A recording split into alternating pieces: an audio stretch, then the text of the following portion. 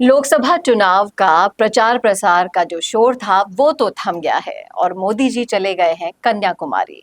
उसको लेकर भी विपक्ष अब चुप नहीं बैठ रहा है, सुप्रीम कोर्ट तक पहुंच रहा है। इसी के साथ साथ क्या विपक्ष नतीजे आने से पहले ही हार मान बैठा है? जी हाँ, संकेत तो कुछ यही मिल रहे हैं। करेंगे इन सभी मुद्दों पर चर्चा इस वीडियो में, इसलिए बने रहेगा आखिर तक हमारे साथ। नमस्कार, मैं हूं चेतना शर्मा। आपने देखना शुरू कर दिया है संवाद, संवाद भारत का, भारत के लिए। और इन मुद्दों पर बातचीत करने के लिए मेरे साथ आज स्टूडियो में मौजूद हैं मालवीय नगर विधानसभा क्षेत्र की बेबाक महिला कार्यकर्ता बीजेपी से सरिता मित्तल जी। मैम, आपका बहुत बहुत स्वागत है। जी, बहुत बहुत धन्यवाद। मैम, ये जानना चाहूंगी मैं आपसे कि पूरे लोकसभा में प्रधानमंत्री मोदी जी इतने एक्टिव रहे, उन्होंने सांस भी नहीं ली होगी चैन से, लेकिन अब 48 घंटों का उन्होंने मौन व्रत धारण किया है। कन्याकुमारी पर वो ध्यान लगा रहे हैं। किस लिए? क्या इसके पीछे छुपे हुए हो सकते हैं संकेत? विपक्ष देखिए अपनी हार से बहुत बुरी तरह से डरा हुआ है और उनका हर एक छोटी चीज से इतना असर होता है कि और नहीं तो वो ध्यान को लेकर ही चुनाव आयोग में पहुंच गए।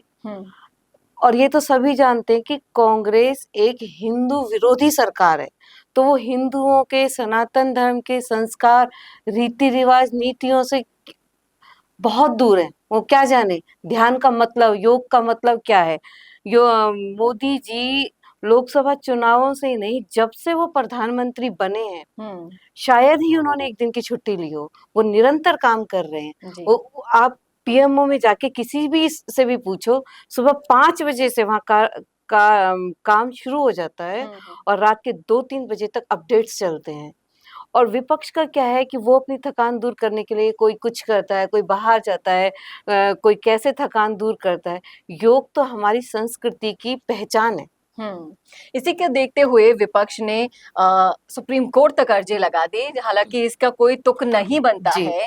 प्रधानमंत्री मोदी हमेशा ही चुनाव से पहले ऐसा करते हैं। पिछली बार भी लोकसभा चुनाव में उन्होंने ध्यान में लगाया था। इस बार उन्होंने कन्याकुमारी को चुना है।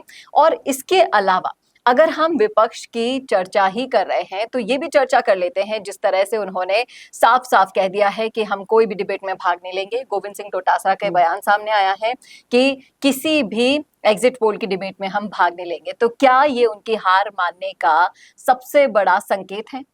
जी बिल्कुल, वो बिल्कुल हार मान चुके हैं और ये तो उनकी सिर्फ एक खोखली नीति है कि हम इतनी पार सीट लेंगे, इतनी पार। अभी तक भी उन्होंने जितनी भी बातें की हैं, सिर्फ खोखली बातें ही करते हैं। वो अपनी हार से विपक्ष इतना डर चुका है कि पहले तो उन्होंने मोदी जी के ध्यान को लेके चुनाव आयोग में एक अर्जी लगाई। अब उनका क्या है, वो बोल रहे हैं कि कोई भी चैनल वाले एग्जिट पोल पे जो अपडेट्स लेने जाएंगे, कांग्रेस का कोई भी प्रवक्ता उनसे बात नहीं करेगा या उनको डिबेट में नहीं पार्टिसिपेट करेगा। तो सीधा सीधा वो उनका डर को दर्शाता है। जी, कहीं ना कहीं जिस तरीके से आप देख सकते हैं कि एक तरफ बीजेपी है जहां पर कार्यकर्ताओं में जोश दुगना दिखाई दे रहा है। वो लोग अपनी जीत को सुनिश्चित करने की सिर्फ 4 जून को वेट कर रहे हैं, उस घड़ी का जिस वक्त रिजल्ट अनाउंस होगा। दूसरी तरफ कांग्रेस में जो कार्यकर्ता हैं, नेता हैं, वो लोग डरे बैठे हैं। वो लोग इंतजार कर रहे हैं कि हम सिर्फ सेंध लगाएंगे, इतनी सीटों में हम सेंध लगाएंगे। वो अपनी तरफ से जीत के लिए कोई भी बात नहीं कह पा रहे हैं और यही उनका डर है जो सबके सामने खुलकर आ रहा है। पिछले अगर हम दिनों को ही उठाकर देख ले, देखिए पिछले 5 साल के कार्यकाल में तो गहलोत वर्सेस पायलट हमने देखा ही था। लेकिन जब से चुनाव संपन्न हुए हैं, स्पेशली राजस्थान में, तब से फिर से कांग्रेस में ये जो गुटबाजी थी, सचिन पायलट वर्सेस अशोक गहलोत, वो भी बहुत ज्यादा खुलकर सामने आ रही थी। बार बार वो लड़ाई करते हुए थक नहीं रहे हैं। तो आप इन पर क्या कहेंगे? सचिन पायलट और गहलोत की लड़ाई से तो शायद ही कोई अनभिज्ञ होगा। और पायलट को गहलोत जी ने क्या क्या नकारा है, निकम्मा है और क्या नाम है, वो विद्रोही है। और वो गहलोत जी भूल गए 25 सितंबर को उन्होंने पार्टी के साथ क्या गद्दारी की थी।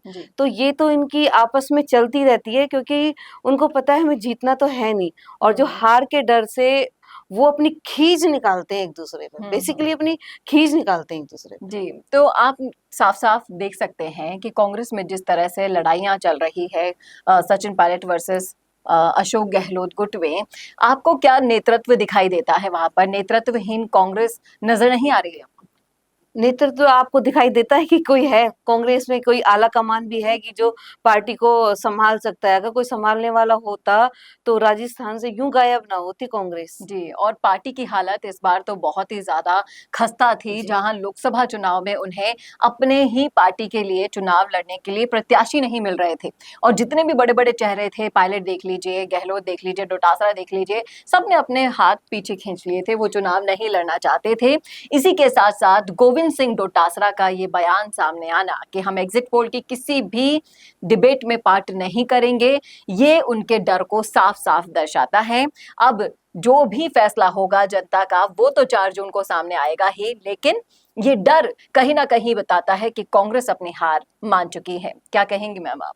बिल्कुल, कांग्रेस अपनी हार मान चुकी है और अभी तो आप देखना 4 जून के बाद जब मोदी जी, ये तो सभी को पता है कि शपथ लेंगे और सब मान चुके हैं, जब वो शपथ लेंगे तो उसके बाद वो ईवीएम का रोना रोएंगे। जी, उनको कोई ना कोई मुद्दा चाहिए रोने के लिए, अपनी हार को छुपाने के लिए। जी, सही कहा मैम आपने।